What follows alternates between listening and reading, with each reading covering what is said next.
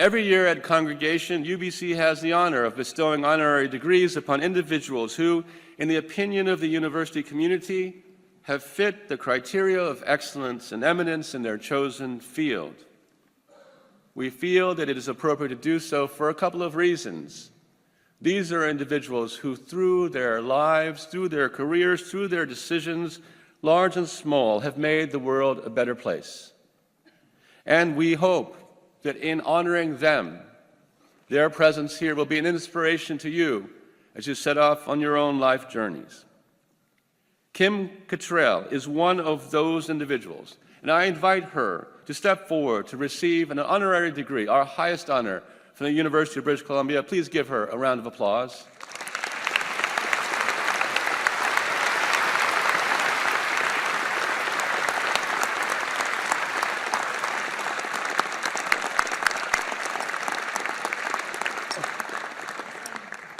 I'm staying here. Mr. Chancellor, Kim Cattrall is an award-winning actor, producer, and author who has turned her artistic achievements into opportunities for informed activism on important social issues associated with gender, sexuality, and identity.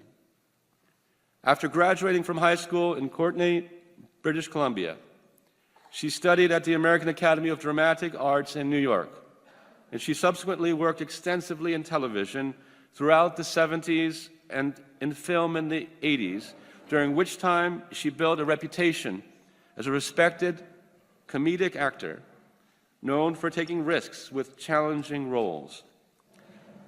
You have later been renowned for being uniquely adept at embodying powerful, mature female lead roles of dimension and depth, highlighted perhaps most famously by your characterization of Samantha Jones in the popular HBO series Sex and the City. You've probably seen that, right? You continue to create compelling characters struggling with age and identity, and you have garnered much praise for your most recent roles in Tennessee Williams' classic Sweet Bird of Youth at London's prestigious Old Vic Theatre, and in the HBO series Sensitive Skin, for which you have also been an executive producer.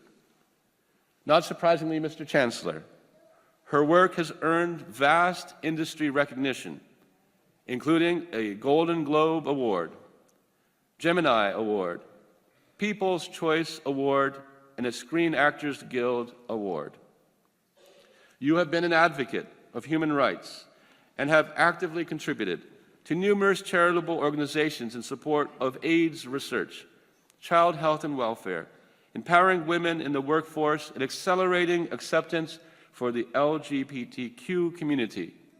You have authored books on subjects of sexual health and awareness, including the critically acclaimed Being a Girl, Navigating the Ups and Downs of Teen Life.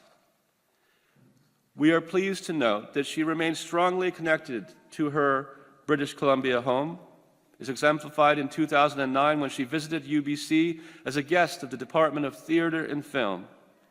Interviewed by Professor Jerry Wasserman, she spoke candidly to a capacity crowd of students and alumni about women in the workforce, post-feminism, self-image, and her success in a demanding and competitive profession.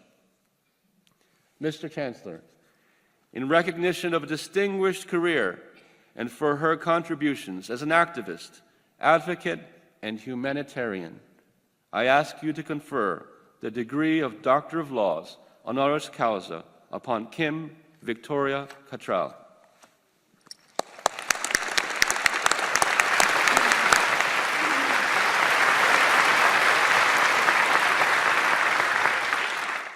By authority of the Senate of this university, I confer upon you, Kim Victoria Cattrall, the title and degree Doctor of Laws, honoris causa.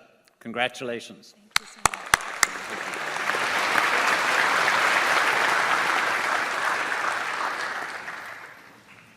I'm just going to walk over to the podium.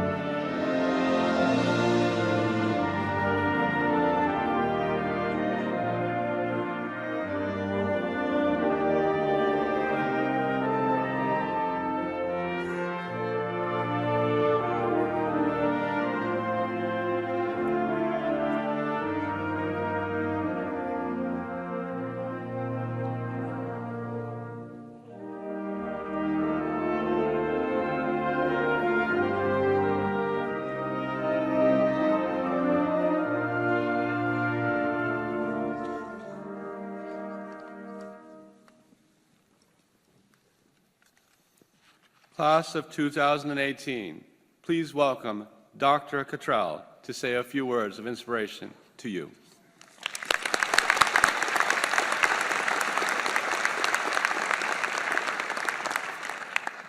Good morning.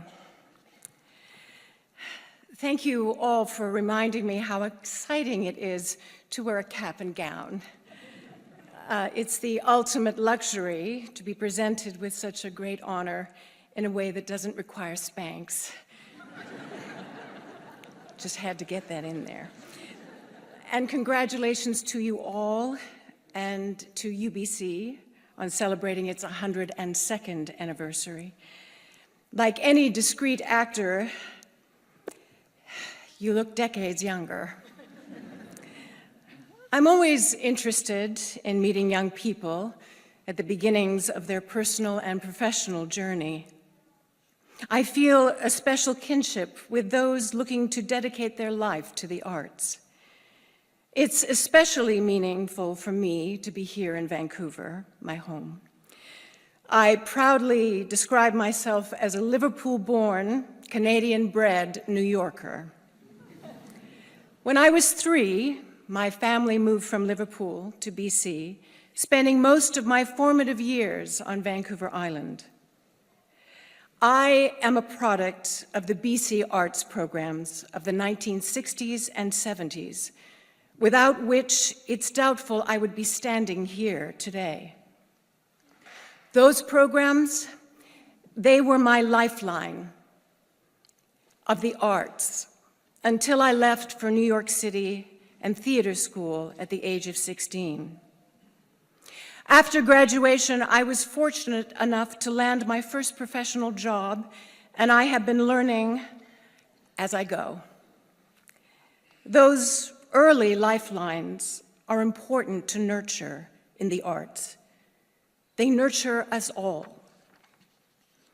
An arts education teaches young minds how to think, how to question, how to bring wonder and insight to an artist and its audience. I remember being right where you are this morning at my graduation. I couldn't wait to get started. I was so hungry to begin. The speaker at my graduation was the Canadian-American actress Colleen Dewhurst, one of the greats. At the time, it was the mid-70s. She was appearing on Broadway and had just won her second Tony Award. She was theater royalty, and my anticipation for her words of wisdom was palpable. She'd made it. She had the key to success. She spoke, and to my dismay, painted a picture of gloom. I remember her saying, I wouldn't be in your shoes for $10 million. If you can do something else, God, do it. This is the toughest of professions. Just not what any of us really wanted to hear. In hindsight, I think she meant, well, it's going to be tough, but I don't think she meant to be discouraging. She just knew how difficult it was going to be, and she wanted us to know that there were no guarantees of success, no matter how talented you were or how hard you worked. And she wasn't wrong, but that doesn't mean that her message was absolute. As John Lennon once sang, "Life is what happens to you while you're making other plans." Whatever your path will be, however specific your plans, you can be certain it will take many detours, which could lead to a totally different interpretation of your life choice. And that, well, that can be wonderful. I encourage you to be proud of who you are. Our national modesty is so ingrained in our character that it can sometimes become a cliché. But as Canadians, you stand alongside a long legacy of great artists who have and continue to shape this industry for generations. I will continue to challenge people's perceptions of topics of gender equality, women's sexuality, and now most recently, ageism. As an actor and now a producer, I take on projects that inhabit those topics. Our stories, all of our stories, are as unique as our fingerprint. And we need these stories to remind ourselves of what it is to be human. I encourage you all to follow your dreams, but to have a life, live, go places, experience. Evolution isn't failure. And stand up for yourself. Experiment, be bad, be badass. And say yes to what scares you. And keep learning, stay open. Welcome challenge with radical acceptance. Look, when all is said and done, you've already accomplished one of the toughest acting challenges there is, and that is convincing your parents and your friends that you'll be able to make a living at this. Thank you.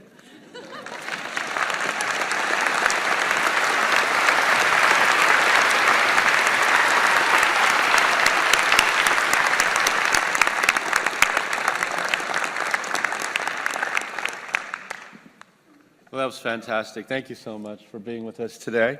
Let's one more round of applause for her.